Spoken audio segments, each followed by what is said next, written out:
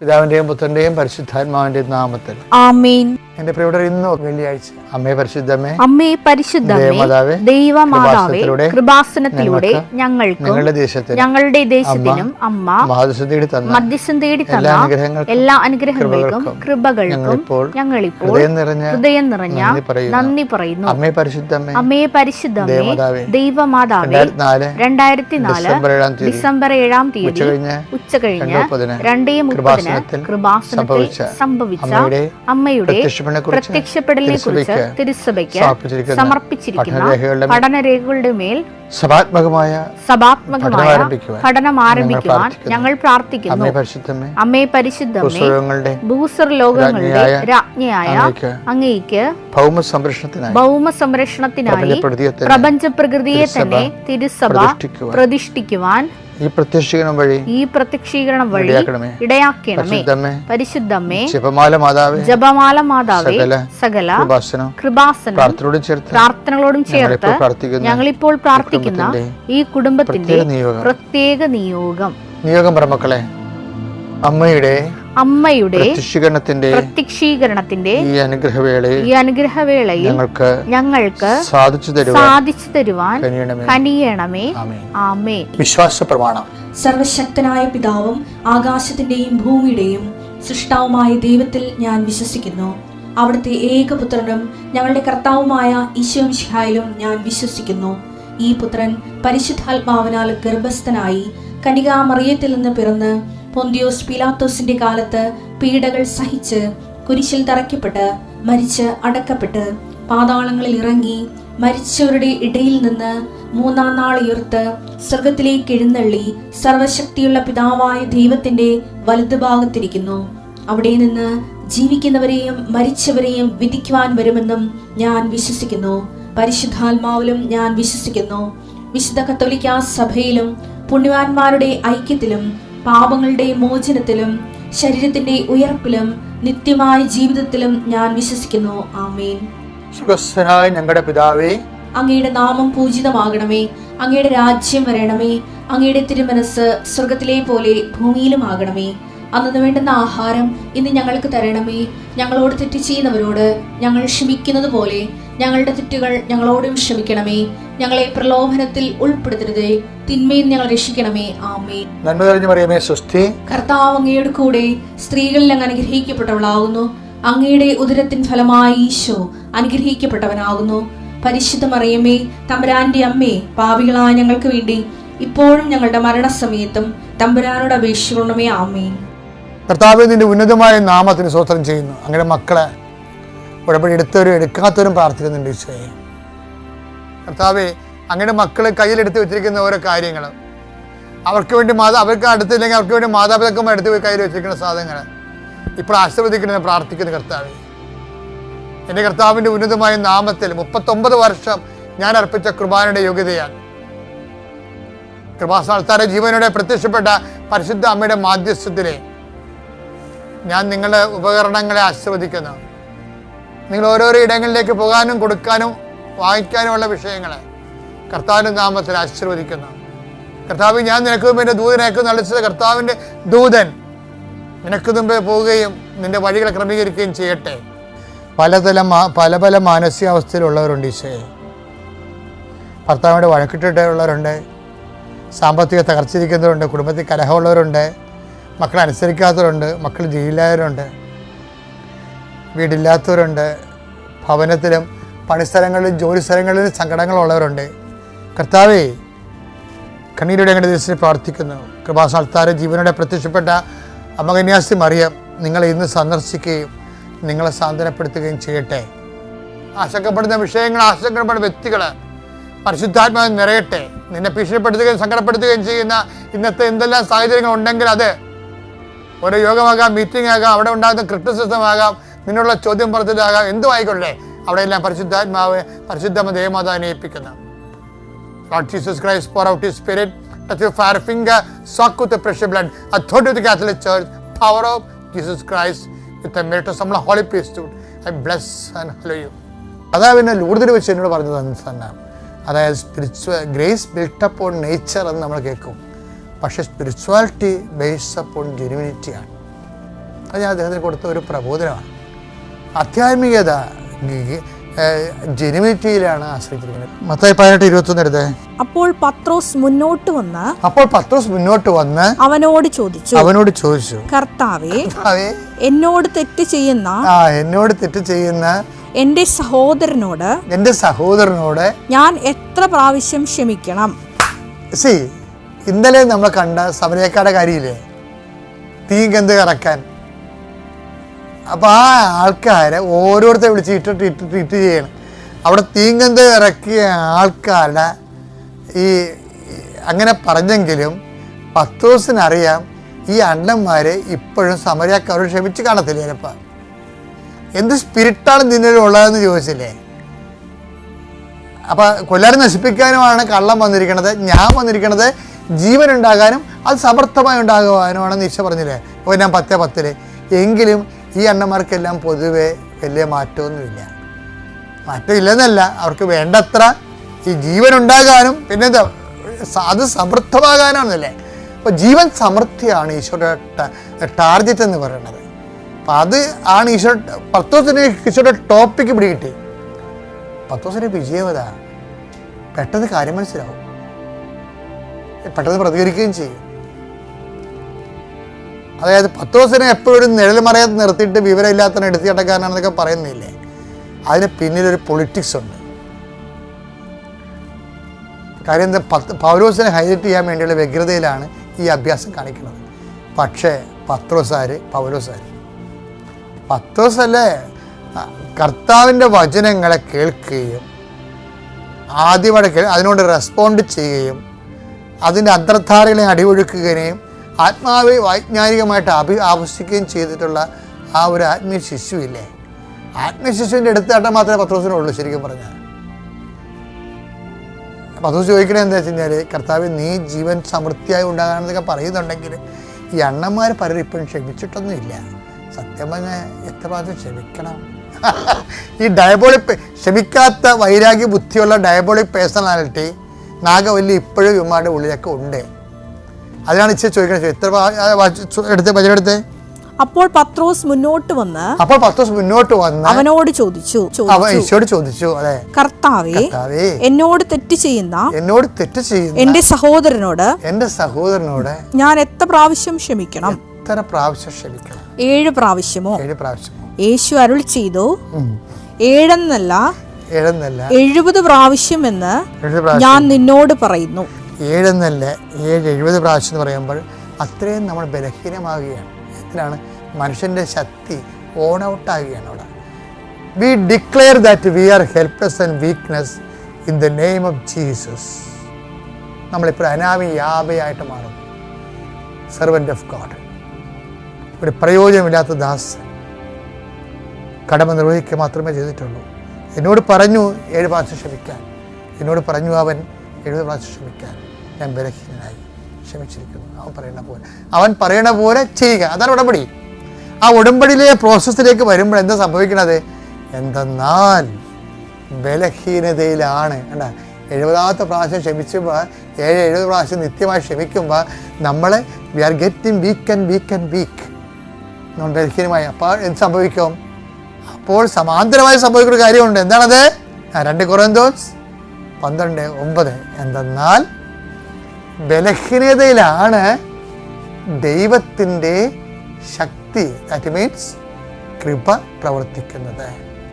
22:6 അവൻ എന്നോട് പറഞ്ഞു, ഈ വചനങ്ങൾ വിശ്വാസയോഗ്യവും സത്യവുമാണ്. വെളിപാട് 22:6 അവൻ എന്നോട് പറഞ്ഞു. ഏറ്റവും പറഞ്ഞേ, അവൻ എന്നോട് പറഞ്ഞു, ഈ വചനങ്ങള് വിശ്വാസയോഗ്യവും സത്യവുമാണ്. അപ്പൊ വചനം ഒരിക്കലും മാറ്റി പറയത്തില്ല. അന്ന് 4000 കൊല്ലം മുമ്പ് എന്ത് പറഞ്ഞു അത് തന്നെ ഇപ്പോഴും പറയണത്. അനാർക്കിന് പകരം എഞ്ചിനീയർ ആണെന്നേ വ്യത്യാസമുള്ളൂ. കാലം മാറുമ്പോഴുള്ള വ്യത്യാസമേ ഉള്ളൂ. ഇവിടെ വലിയ എഞ്ചിനീയർമാരും ശാസ്ത്രജ്ഞന്മാരായിരുന്ന മല്ലന്മാരുടെ സ്ഥലത്താണ് ഇവന് ഓഹരി വേണമെന്നാണ് ഇവൻ പറയണത്. ഇവൻ്റെ യോഗ്യത എന്താണ്? അവൻ്റെ യോഗ്യത ഉടമ്പടി മാത്രം. കൈയിടിച്ച് കർത്താവേ.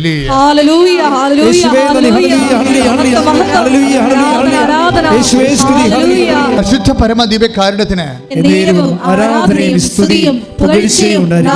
അരുണ്ട ഈ സാക്ഷ്യങ്ങളെല്ലാം നമ്മളെ കൊണ്ട് എത്തിക്കുന്നത് പ്രസൻസ് ഓഫ് ഗോഡിലാണ്. 33:14 പറഞ്ഞില്ലേ, അങ്ങ് ഞങ്ങളുടെ കൂടെ ഞാൻ നിങ്ങളുടെ കൂടെ വേറെവർ യു ഗോ, എവിടെ പോയാലും ഞാൻ നിങ്ങളുടെ കൂടെ വരും. അങ്ങനെ വന്ന് ഈശോ വാങ്ങിച്ചു കൊടുത്തൊരു ജോലിയാണത്. അതിനെക്കുറിച്ച് അവൻ കോൺഫിഡൻഷ്യലാണ് ആ കാര്യത്തിൽ. പക്ഷേ എന്താണ്, അന്ന് തന്നെ ഈ വചനത്തെക്കുറിച്ച്, ഈ വചനം ആദ്യം രൂപപ്പെട്ട് വന്ന സമയത്ത് തന്നെ ഇതിൻ്റെ റിസൾട്ട് പറയുന്നുണ്ട്. മോസസ് ഉടനെ, ഇത് മോസസിൻ്റെ ചെവിയിലെത്തുമ്പോൾ മോസസ് ഉടനെ പറയും ദൈവത്തോട്, ഞാൻ നിങ്ങളുടെ കൂടെ വരുമെന്ന് പറയുമ്പോൾ അതിൻ്റെ ഒരു റിസൾട്ട് എന്താണെന്ന് മോസസ് പറയും. എന്താ പറയണത്? അങ്ങ് ഞങ്ങളുടെ കൂടെ വരുമെന്നാണോ പറയണത്? അങ്ങ് ഞങ്ങളുടെ കൂടെ വന്നാൽ we will be A different people, ഞങ്ങൾ വ്യത്യസ്തരായിരിക്കുമെന്ന് കൈയിട്ടിച്ച് കർത്താവ് ഹല്ലേലൂയ. 33:16.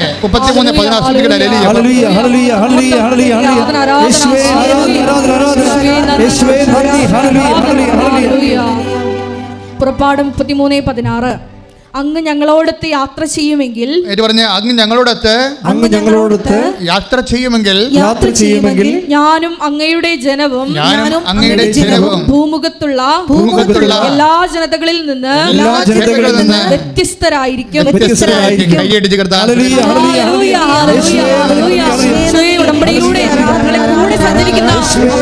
എന്തുകൊണ്ടാണ് കലേബ് അങ്ങനെ പറയണത്? എല്ലാവരും പറഞ്ഞ മല്ലന്മാരും നമ്മളെ വെട്ടിലിനെ പോലെ പിടിച്ച് തിന്നുമെന്ന് പറയുമ്പോൾ പേടിച്ചു.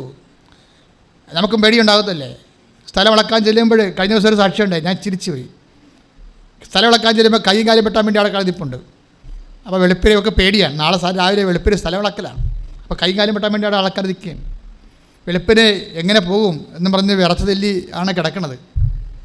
വെളുപ്പിനായപ്പോൾ ഒരു സ്വപ്നം, മാതാവ് അളവ് ചങ്ങലയും പിടിച്ച് നിൽക്കണം. മാതാവേ, അപ്പോൾ ഇവിടെ എഴുന്നേറ്റപ്പം തന്നെ ചാടി ഫ്രഷായി നേരെ പോയി. എന്താണ്? എൻ്റെ അമ്മ അവിടെ എനിക്ക് മുമ്പേ അളക്കാൻ ചെന്നിരിക്കുന്നു. കൈയടിച്ച് പരമദിവ്യകാരണത്തിന്. അപ്പൊ കലേബാണ് ഇത് ജോഷുവയുടെ കൂടെ ഉണ്ടായിരുന്നത്. വേറെ കുറേ ആൾക്കാരുണ്ടായിരുന്നു. അവരെല്ലാം മുട്ട് തല്ലിപ്പോയി, കൈവറച്ച് പോയി, നാക്കിറങ്ങിപ്പോയി. ഞങ്ങൾ പോകത്തില്ല, അവർ നമ്മളെ കൊന്നുകളെ, വിട്ടിലിനെ പോലെ തിന്നുകളയെന്ന് പറയുമ്പോൾ കലേബ് പറയും, നോ, കർത്താവ് അവരെ നമ്മുടെ കയ്യിൽ, എത്ര മല്ലന്മാരായാലും ശരി, കർത്താവ് അവരെ നമ്മുടെ കയ്യിൽ ഏൽപ്പിച്ച് തരുമെന്ന് പറയും. ഇതിനെക്കുറിച്ച് പിന്നീട് സംഖ്യയിലെ മോസസ് പറയും, കലേബിനെക്കുറിച്ച് കമൻറ്റ് ചെയ്യുന്നുണ്ട്. The spirit that led Caleb was a different and we are towards that spirit. കലേബിനെ നയിച്ച ആത്മാവ് വ്യത്യസ്തമായിരുന്നെന്ന്. വ്യത്യസ്തം, ഡിഫറെൻറ്റ്. സംഖ്യാപുസ്തകത്തിലുള്ളതാണ്. സംഖ്യാപുസ്തകം 14:24. സ്തുതിക്കട്ടെ, സ്തുതിക്കട്ടെ, ഹല്ലേലൂയ.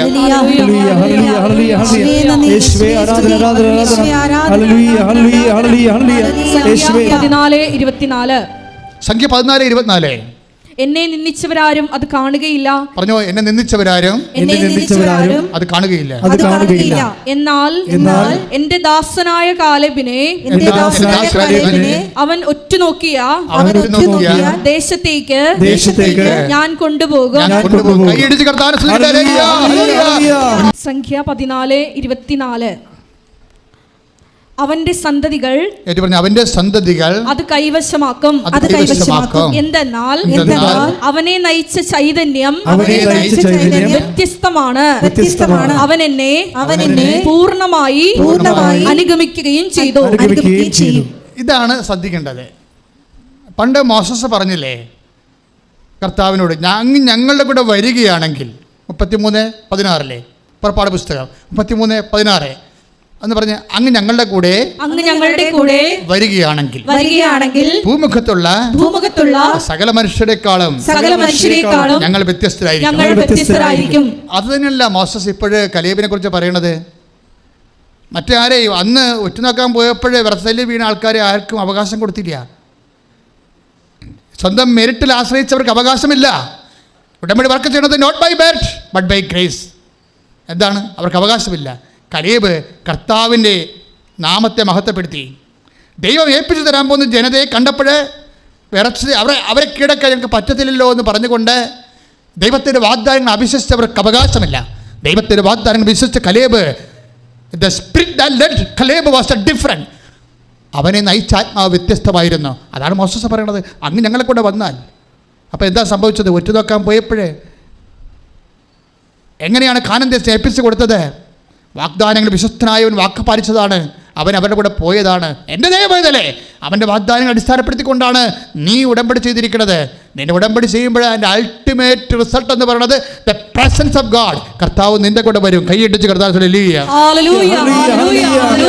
സഹോദരങ്ങളെ, കർത്താവേ അങ്ങ് ജീവനോടെ കൃപാസനത്തിലും എന്റെ മുന്നിലും ദിവ്യകാരുണ്യത്തിലെ എഴുന്നള്ളിയിരിക്കുന്ന സ്വർഗീയ നിമിഷങ്ങളിൽ കർത്താവേ എന്നെ വലിയ സ്വർഗീയ ദാനങ്ങളാൽ അറിയാൻ, അനുഭവിക്കുവാൻ, അനുഭവിച്ച എന്റെ അനുഭവങ്ങൾക്ക് സാക്ഷിയായി മാറുവാൻ എന്നെ ഇപ്പോഴേ വിശ്വാസം കൊണ്ട്, പ്രത്യാശ കൊണ്ട്, ദൈവസ്നേഹം കൊണ്ട് അഭിഷേകം ചെയ്യണം.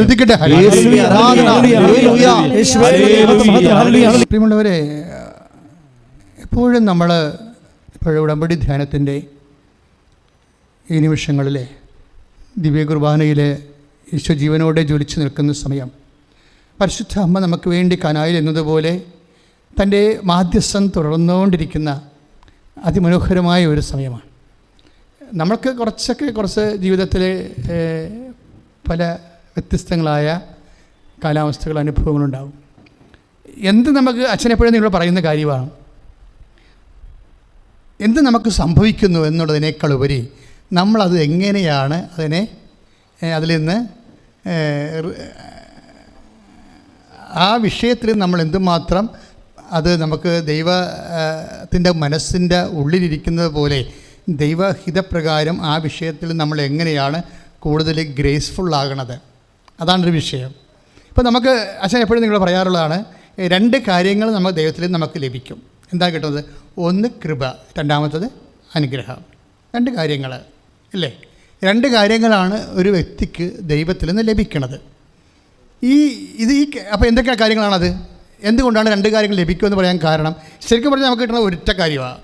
ദൈവത്തിൽ നിന്ന് ഇപ്പോൾ നിങ്ങൾ പ്രാർത്ഥിച്ചാലും, കുരിശിൻ്റെ വഴി നടത്തിയാലും, ഉരുളുനേർച്ച നടത്തിയാലും, we are going to get a single grace. എന്താണത്? നമുക്ക് 1 കൊറിന്ത്യൻസ് അച്ഛൻ ഇടക്ക് പറയുന്ന വചനങ്ങളാണ്. 1 കൊറിന്ത്യൻസ് 1:24. എന്താണത്? ദൈവത്തിൻ്റെ ജ്ഞാനവും ദൈവത്തിൻ്റെ ശക്തിയുമായ യേശു ക്രിസ്തു. അപ്പോൾ 2 കാര്യങ്ങൾ നമുക്ക് ദൈവത്തിൽ നിന്ന് ലഭിക്കും. എന്ത് കിട്ടും? ഒന്ന് ജ്ഞാനം കിട്ടും, രണ്ടാമത്തെ എന്ത് കിട്ടും? ശക്തി. നിങ്ങളെപ്പോഴും ചോദിക്കുന്ന റിസൾട്ടാണ് ഉദ്ദേശിക്കുന്നത്. ഇപ്പോൾ ഒരു കൊച്ചിന് അസുഖം ഉണ്ടായി, അല്ലെങ്കിൽ നിങ്ങൾക്ക് ജോലി നഷ്ടപ്പെട്ടു, അല്ലെങ്കിൽ വീടില്ല, അത് വീട് ആണ് നമുക്ക് കിട്ടണമെന്ന് പറഞ്ഞ് നമ്മളിരിക്കുന്നത്. വീടല്ല കിട്ടുന്നത്, നമ്മൾക്ക് കിട്ടുന്നത് വീടല്ല. ഇപ്പോൾ നമ്മുടെ കോശങ്ങൾക്ക് നമുക്ക് എന്താണ് നമ്മൾ കഴിക്കണത്? എന്താണ്? കപ്പ അല്ലെങ്കിൽ ചോറ് അല്ലെങ്കിൽ ചപ്പാത്തി കഴിക്കുന്നു. എന്നിട്ട് ചപ്പാത്തി ആയിട്ടാണോ നമ്മുടെ ശരീരത്തിനുള്ളിലിരിക്കുന്നത്? അല്ല, അത് മിനറൽസായിട്ടായിരിക്കണത്. അത് മിനറൽസാണ്. ഈ ചപ്പാത്തിയിലുള്ള ഗോതമ്പിലുള്ള പ്രോട്ടീൻ മെറ്റാബോളിസം സംഭവിച്ച് അത് ദഹനപ്രക്രിയ, പച്ചന പ്രക്രിയയിലൂടെ അത് അതിൻ്റെ ഓക്സിജൻ ഉൾപ്പെടെ ഉള്ളത് ഡൈവേർട്ടാക്കി എടുക്കും. ഓക്സിജൻ പോലും അതിൽ നിന്ന് കിട്ടും നമുക്ക് പച്ചവെള്ളമൊക്കെ കുടിക്കുമ്പോൾ. അതുകൊണ്ടാണ് ആൾക്കാർ പറയുന്നത് എന്നാ വെള്ളം കുടിച്ചാലും കുഴപ്പമില്ല, ജ്യൂസോ പാലോ കുടിച്ചോ, പക്ഷേ പച്ചവെള്ളം കുടിക്കുമെന്ന് പറയും. അത് ഓക്സിജൻ്റെ കണ്ടൻറ്റിൻ്റെ പ്രശ്നമാണ്. അപ്പോൾ ബോഡിക്ക് ആവശ്യമായ മെറ്റാബോളിസം നടക്കണേ പോലും കോശങ്ങൾ വർക്കണമെങ്കിൽ ഓക്സിജൻ വേണം. ഓക്സിജൻ നമുക്ക് കിട്ടിയിരിക്കുന്നത്, ഓക്സിജൻ എന്ന് പറഞ്ഞാൽ നമ്മൾ സിലിണ്ടറിൽ നമ്മൾ ശ്വസിക്കാൻ വേണ്ടി ഒരു മൗത്ത് പീസൊക്കെ വെച്ച് ശ്വസിക്കുകയാണ് ഓക്സിജൻ. അല്ല, നമുക്ക് ആവശ്യമായ ഓക്സിജൻ നമ്മൾ ശ്വസനത്തിലൂടെ നമുക്ക് ലഭിക്കുന്നുണ്ട്, പിന്നെ നമ്മുടെ ഭക്ഷണപാനീയങ്ങളിലൂടെ ലഭിക്കുന്നുണ്ട്. അപ്പോൾ നമുക്ക് ലഭിക്കണത് ചിലപ്പോൾ കുടിക്കണത് നമുക്ക് പച്ചവെള്ളമായിരിക്കും കുടിക്കണത്, പക്ഷേ അതിൽ നിന്ന് കിട്ടുന്നത് ഓക്സിജനും അതുപോലെ തന്നെ ശരീരത്തിന് ആവശ്യമായ ഡീഹൈഡ്രേഷൻ സംഭവിക്കാതിരിക്കാൻ പറ്റുന്ന കാര്യങ്ങളെല്ലാം കിട്ടും. പക്ഷെ ഞാൻ പറഞ്ഞു വരുന്നത് അങ്ങനെയല്ല. ഞാൻ ഉദ്ദേശിക്കുന്നത് ദൈവത്തിൽ നിന്ന് നമുക്ക് ലഭിക്കണ വീടല്ല, അല്ലെങ്കിൽ നമ്മുടെ ദൈവത്തിൽ നമുക്ക് ലഭിക്കുന്നത് കുഞ്ഞുങ്ങളല്ല. ശരിക്കും പറഞ്ഞു ദൈവത്തിൽ നമുക്ക് അത് കുഞ്ഞുങ്ങളായി രൂപാന്തരപ്പെടുന്നതാണ്. നിങ്ങൾക്കറിയാമല്ലോ എല്ലാ വചനങ്ങൾക്കും. ഇപ്പോൾ യോഹന്നാൻ 1:14 എന്താ പറയണത്? യോഹന്നാൻ 1:14 എന്താ പറയണത്? വചനം മാംസമായി നമ്മുടെ ഇടയിൽ വസിച്ചു, അല്ലേ? ഒന്ന് പറഞ്ഞേ, വചനം മാംസമായി നമ്മുടെ ഇടയിൽ വസിച്ചു. അപ്പോൾ വചനത്തിന് എപ്പോഴും കൺവേർഷൻ, മെറ്റാബോളിസം സംഭവിക്കും, കൺവേർഷൻ ഉണ്ടാവും. എന്താണ്? വചനത്തിന്, സ്പിരിറ്റിനെ മെറ്റീരിയലാകാൻ പറ്റും. സ്പിരിറ്റിന് മെറ്റീരിയലായിട്ട് അതിൻ്റെ മെറ്റീരിയൽ റിസൾട്ട് ഉണ്ടാക്കാൻ പറ്റും. അപ്പോൾ ഈ വീട് കിട്ടുക എന്ന് പറയുന്നത് ഒരു മെറ്റീരിയൽ റിസൾട്ടാണ്. പക്ഷെ നമുക്ക് വീടായിട്ട് ദൈവം ഇങ്ങനെ കെട്ടിയിറക്കി തരികയില്ല, ആകാശത്തുനിന്ന് ഒരു വീട് കെട്ടിയിറക്കി തരികയില്ല. നമുക്ക് ലഭിക്കണത് എന്താണ്? അതിൻ്റെ ആ ദൈവം നമുക്ക് തരണത് ഒന്നെങ്കിൽ ദൈവത്തിന് 2 കാര്യം നമുക്ക് തരാൻ പറ്റത്തുള്ളൂ. എന്താണ്? ഇപ്പം 1 കൊരിന്ത്യസ് 1:24 എന്താ നമ്മൾ കണ്ടത്? യേശു ക്രിസ്തു എന്താ, ആരാണ്? ദൈവത്തിൻ്റെ ശക്തിയും ദൈവത്തിൻ്റെ ശക്തിയും ദൈവത്തിൻ്റെ ജ്ഞാനവുമാണ്. ദൈവത്തിൻ്റെ ജ്ഞാനവും. അപ്പോൾ 2 ഫാക്കൽറ്റിയിൽ 2 റിസൾട്ടാണ് നമുക്ക് കിട്ടാനുള്ള സാധ്യത ദൈവത്തിൽ നിന്ന്. എന്താ കാര്യം? ദൈവത്തിലുള്ളതാണ് നമുക്ക് കിട്ടുന്നത്. ദൈവത്തിൽ എന്തുണ്ട്? 2 കാര്യങ്ങൾ ദൈവത്തിലുണ്ട്.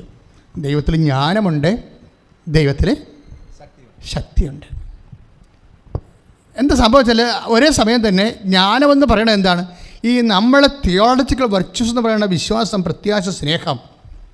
ഞാൻ അതിൻ്റെ അകത്ത് ഒരെണ്ണം കൂടി കൂട്ടി വെച്ചിട്ടുണ്ട്. വെറുതെ കൂട്ടി മടത്തരം കാണിച്ചതല്ല ദൈവികമായ കാര്യങ്ങളോട്, മറിച്ച് വർഷങ്ങളായിട്ട് ജനങ്ങളെ ധ്യാനിപ്പിക്കുമ്പോൾ ഈശോ പറഞ്ഞ കാര്യങ്ങളാണ്. ഇതെല്ലാം ഇഫക്റ്റ് ചെയ്യണ സമർപ്പണത്തിലാണ്. വിശ്വാസം ഉണ്ടായാലും നിങ്ങൾക്ക് സമർപ്പണമില്ലെങ്കിൽ ഒരു കഥയുമില്ല. പൗലോസ് അപ്പോസ്തലൻ എന്താ പറയണത്? മാലാഖമാരുടെ ഭാഷ സംസാരിക്കാം, സ്നേഹമില്ലെങ്കിൽ ശൂന്യമാണ്. പക്ഷേ അതിനേക്കാൾ വലുതാണ് സമർപ്പണമെന്ന് പറയണത്. കാര്യം സമർപ്പണത്തിന് സ്നേഹം വേണം. സമർപ്പണം വെച്ചാൽ ഒരു സ്നേഹം തിയറട്ടിക്കലായിട്ട് നമുക്ക് സ്നേഹം ഉണ്ടാകാം, പക്ഷേ പ്രാക്ടിക്കൽ ലവ് എന്ന് പറയുന്നത് സമർപ്പണമാണ്. അത് നിങ്ങളത് കുറച്ചുകൂടി ധ്യാനിക്കുമ്പോൾ എനിക്കത് മനസ്സിലാകും. എല്ലാവർക്കും എല്ലാവരോടും എല്ലാത്തിനോടും എല്ലാം നമുക്ക് ഇപ്പോൾ പ്രപഞ്ചത്തിനോടും പരിസ്ഥിതിയോടും ബന്ധുക്കളോടും സ്വന്തപ്പെട്ടവരെല്ലാം നമുക്ക് സ്നേഹം ഉണ്ടാകാം. പല സ്നേഹങ്ങളും തിയറട്ടിക്കലാണ്. പരിസ്ഥിതിയോട് നമുക്ക് സ്നേഹമുണ്ട്, പക്ഷെ ഒരു പാമ്പ് നമ്മുടെ വീട്ടിൽ വന്നാൽ നമ്മൾ അടിച്ചു കൊല്ലും. ദാറ്റ് മീൻസ് അതായത് this is very very simple. That means നമുക്ക് പരിസ്ഥിതിയോട് സ്നേഹമാണെന്ന് പറയുന്നു, പക്ഷേ ഒരു പാറ്റ, ഇപ്പോൾ സായിപ്പിനൊക്കെ പാറ്റ എന്ന് പറഞ്ഞാൽ അവർ 4 കാലം ഓടും. ഭയങ്കര പരിസ്ഥിതിയും ജീവജാലങ്ങളോടൊക്കെ റവണസൊക്കെ പറയുമെങ്കിലും ഒരു പല്ലിയെ കണ്ടാൽ അവൻ അപ്പം തന്നെ സൈക്കോയായി മാറും, സായിപ്പ്. അതാണ് സംഭവം. അപ്പം അവിടെ എന്തോ ചെറിയൊരു എവിടെയോ ഒരു സ്പെല്ലിംഗ് മിസ്റ്റേക്ക് ഉണ്ട്. ദാറ്റ് മീൻസ് തിയറട്ടിക്കലി ഓക്കെ സ്നേഹമാണ്, പക്ഷേ when come to the practical side നമ്മൾ ഫെയിലിയറായി പോകും. നമ്മൾ പല്ലിയെ കൊല്ലും, പാറ്റയെ കൊല്ലും, പാമ്പിനെ കൊല്ലും എല്ലാം. അപ്പോൾ നമ്മൾ ഉടനെ സൈക്കോയായി മാറും. ഇത് ഈ വിഷയമുള്ളത് കൊണ്ടാണ് ഞാൻ പറഞ്ഞിരിക്കുന്നത് സ്നേഹം ആണെങ്കിലും സമർപ്പണത്തിലാണ് ആ വിഷയം ഇരിക്കണമെന്നുള്ളത്. ഇത് അമ്മയ്ക്ക് പഠിക്കുമ്പോൾ നമുക്ക് കിട്ടുന്നതാണ്. പൗലോസ് അപ്പോസ്തലൻ ഈ പാഠം പഠിച്ചിട്ടില്ല, സത്യമായിട്ട് പഠിച്ചിട്ടില്ല. എന്താ കാര്യം? അമ്മയെന്ന് പറയുന്ന ആ ഒരു സംഭവം പൗലോസ് അപ്പോസ്തലൻ കണ്ടിട്ടില്ല. അത് കണ്ടിരുന്നെങ്കിൽ പൗലോസിൻ്റെ ലേഖനങ്ങൾ ഇങ്ങനെ വരത്തില്ല. കാര്യം ഇത് നമുക്ക് കിട്ടാവുന്ന ഏറ്റവും വലിയ ലേഖനങ്ങൾ പൗലോസിൻ്റെ ആണ്. വിശുദ്ധ പൗലോസിൻ്റെ കൊണ്ടാണ് സഭ ആത്മീയ സ്പിരിച്വാലിറ്റി ഓഫ് ദി ചേർച്ച് അത് പ്രൊമോട്ട് അത് രൂപപ്പെട്ട് വരുന്നതും അത് കൈമാറ്റം ചെയ്യുന്നതും പഠനങ്ങൾ നടക്കുന്നതും എല്ലാം പൗലോസിൻ്റെയാണ്, പൗലോസും യോഹന്നാനും. പക്ഷേ എപ്പോഴും പൗലോസ് പരിശുദ്ധ അമ്മയെ കൂടി കണ്ടിരുന്നെങ്കിൽ എന്ന് ഞാൻ എപ്പോഴും മനസ്സുകൊണ്ട് ഓർത്തു പോകും. എന്താ കാര്യം വെച്ചാൽ ഈ സമർപ്പണം എന്നുള്ള സംഭവം സ്നേഹത്തിൻ്റെ പ്രാക്ടിക്കൽ സൈഡ് ഇവിടെ വെളിപ്പെടുത്തിയത് ആരാണ്? അമ്മയാണ്. അത് ജ്ഞാനമാണ്. നമ്മളെപ്പോഴും ലുത്തിനിയായി പറയും മേരി സീറ്റ് ഓഫ് വിസ്ഡം എന്ന് പറയും. എന്താണ് പറയുന്ന ആളിനും അറിയാൻ പാടില്ല, എഴുതിയ ആളിനും അറിയാൻ പാടില്ല. What is that? Seat of wisdom. അവർ ബോധജ്ഞാനത്തിൻ്റെ സിംഹാസനമാണ്. ഈ ബോധജ്ഞാനം എന്ന് പറയുന്നത് എന്താണ്? ഇതെങ്ങനെ സംഭവിക്കുമെന്ന് ചോദിക്കുമ്പോൾ പരിശുദ്ധാത്മാവ് പറയും. എന്ത് പറയും? മലാഖയിലൂടെ എന്താണ്? അത്യുന്നതൻ്റെ ശക്തി നിന്നെ പ്രവർത്തിക്കുമെന്ന് പറയും. അപ്പോൾ ഉടനെ ശക്തി പ്രവർത്തിക്കണമെങ്കിൽ എന്ത് ചെയ്യണമെന്ന് ഉള്ളത് ജ്ഞാനമാണ്. ഈ കുറച്ച് പോയിൻറ്റ് അച്ഛൻ പറഞ്ഞാൽ മനസ്സിലായോ? ഇപ്പോൾ ലൂക്ക 1:35 ഇതെങ്ങനെ സംഭവിക്കും? ഒരു കാര്യം എങ്ങനെയാണ് സംഭവിക്കുന്നത്? ലോകത്ത് എങ്ങനെയാണ് വചനം മാംസമാകണത്? എങ്ങനെയാണ് സ്പിരിറ്റ് മെറ്റീരിയലായിട്ട് കൺവേർട്ട് ചെയ്യണത്? അത് അമ്മ ചോദിച്ചത്. എങ്ങനെ സംഭവിക്കും? പരിശുദ്ധാത്മാവ് നിന്റെ മേൽ വരും, അത്യുന്നതന്റെ ശക്തി നിന്റെ മേൽ ആവസിക്കും. Praise the Lord. അതായത് ഇതിന് മറിയം കൊടുക്കുന്ന ഉത്തരം എന്തുകൊണ്ടാണ് അങ്ങനെ പറയണത്? പരിശുദ്ധാത്മാവ് നിന്റെ മേൽ വരും എന്ന് പറഞ്ഞേ. പരിശുദ്ധാത്മാവ് നിന്റെ മേൽ വരും, അത്യുന്നതന്റെ ശക്തി നിന്നിൽ പ്രവർത്തിക്കും. എന്തോ ഒരു പ്രവർത്തനം ഉണ്ട് അവിടെ, അല്ലേ? ഈ പ്രവർത്തനമാണ് വീടായിട്ട് രൂപാന്തരപ്പെടുന്നത്. ഈ പ്രവർത്തനമാണ് മക്കളില്ലാത്തവർക്ക് മക്കളായിട്ട് രൂപാന്തരപ്പെടുന്നത്. ഈ പ്രവർത്തനമാണ് ജോലി ഇല്ലാത്തവർക്ക് ജോലിയായിട്ട് മാറണത്. ഈ പ്രവർത്തനമാണ് സമാധാനം ഇല്ലാത്തവർക്ക് സമാധാനമായിട്ട് മാറുന്നത്. പക്ഷെ നമുക്ക് കിട്ടുന്ന സമാധാനമല്ല, നമുക്ക് കിട്ടുന്നത് എന്താണ്? അത്യുന്നതൻ്റെ ശക്തിയാണ്. പിടിയോ? അപ്പോൾ ദൈവത്തിൽ നമുക്ക് എന്താണ് കിട്ടണമെന്നുള്ളത് ആദ്യം അറിയണം. നിങ്ങൾ ഓർക്കരുത് വീട് കിട്ടി അല്ലെങ്കിൽ ജോലി കിട്ടിയെന്നല്ല പറയേണ്ടത്. നിങ്ങൾക്ക് എന്ത് കിട്ടി? ദൈവത്തിൽ നിന്ന് എന്താണ് കിട്ടുന്ന വ്യക്തിക്ക്? ശക്തിയാണ് കിട്ടുന്നത്. അതായത് 1 കൊരിന്ത്യസിൻ്റെ നമ്മൾ കണ്ട 1:24 എന്താണ്? യേശുക്രിസ്തു ആരാണത്? ദൈവത്തിൻ്റെ ജ്ഞാനവും ദൈവത്തിൻ്റെ ശക്തിയും. അപ്പോൾ ഒരേ സമയം തന്നെ ദൈവത്തിലുള്ള എന്താണുള്ളത്, പിതാവ് ദൈവത്തിൽ എന്താണുള്ളത്, പുത്രനായ ദൈവത്തിൽ എന്താണുള്ളത്, പരിശുദ്ധാത്മാവ് ദൈവത്തിൽ എന്താണുള്ളത്, അവർ സത്തയിൽ ഏകമാണ്. സത്തയിൽ ഏകമാണ്, ഒരേ സത്തയാണ്. അപ്പോൾ പുത്രനിലുള്ള സത്ത തന്നെയാണ് പിതാവായ ദൈവത്തിലുള്ളത്. പിതാവായ ദൈവത്തിലുള്ള സത്ത തന്നെയാണ് പരിശുദ്ധാത്മാവിലുള്ളത്. ഇത് രണ്ടും ഇൻഫിനിറ്റ് ആയത് കാരണം 3 ഇൻഫിനിറ്റ് ഉണ്ടാകത്തില്ല, ഒറ്റ ഇൻഫിനിറ്റ് ഉണ്ടാകത്തുള്ളൂ. ഞാനെപ്പോഴും നിങ്ങളോട് പറയുന്ന തൃത്വം പറയുമ്പോൾ എനിക്ക് കിട്ടിയിരിക്കുന്ന ഒരു ലളിതമായ ഒരു എന്താണ് പ്രതീകം, അല്ലെങ്കിൽ എന്താണ് ഉദാഹരണം. ഞാൻ പറയാം, അത് ഐസ് കട്ട പോലെയാണ്. ഐസ് കട്ട പോലെയാണ്. കാരണം എന്താ? ഐസ് കട്ട ഇങ്ങനെ പിടിച്ച് കഴിയുമ്പോൾ ഐസ് കെട്ടുന്ന മുകളിലോട്ട് കുറേ ആവി പോകും, കുറേ വെള്ളം ഇറ്റിട്ട് താഴേക്ക് വീഴും, കയ്യിലൊരു ഐസ് കട്ട ഇരിക്കുകയും ചെയ്യും. അപ്പോൾ എന്താണ്?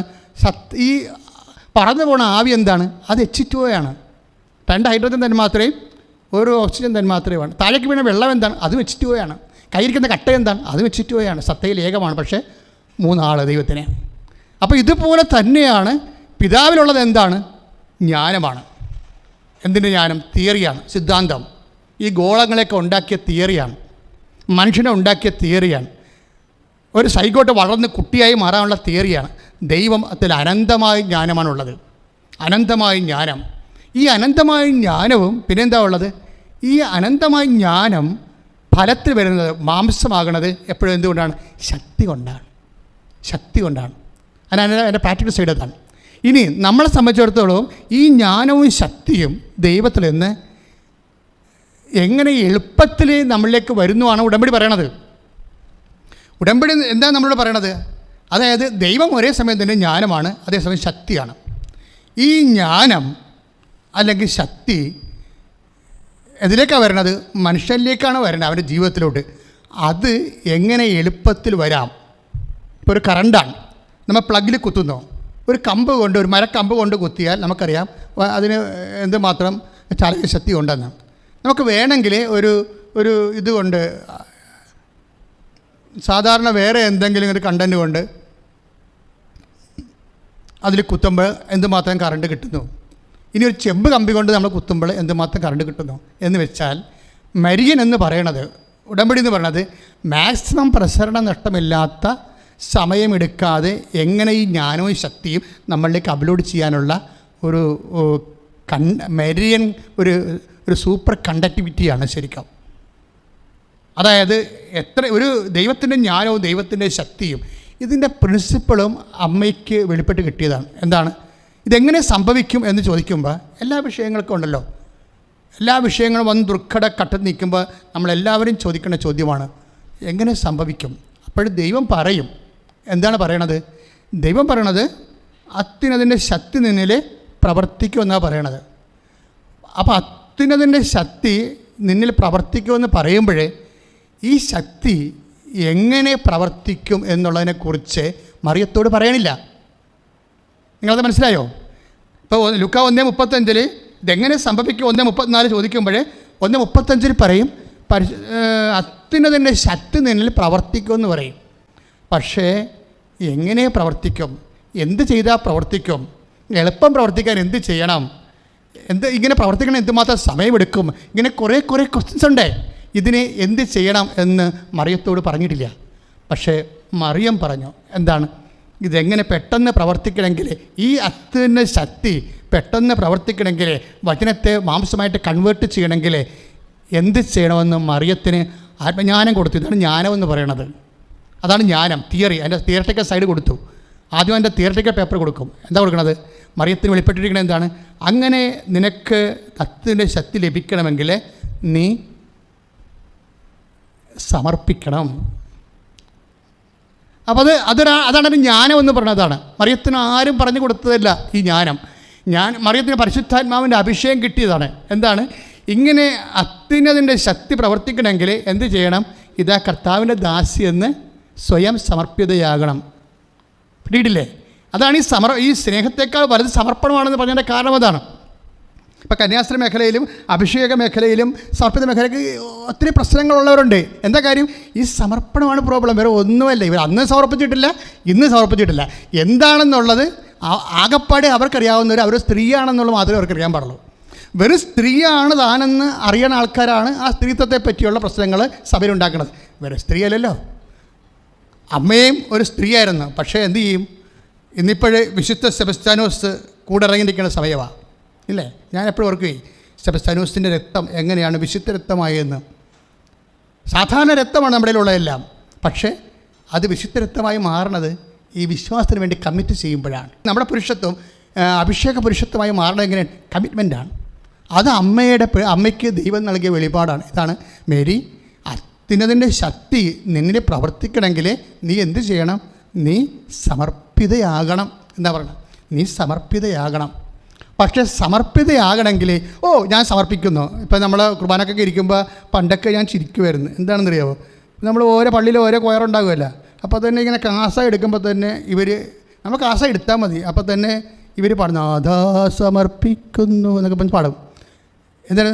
എന്നെ സമർപ്പിക്കുന്നു, സർവ്വവും സമർപ്പിക്കുന്നു. ഇതെല്ലാം കള്ളത്തരവാണെന്ന് നമുക്ക് അപ്പോഴറിയാം.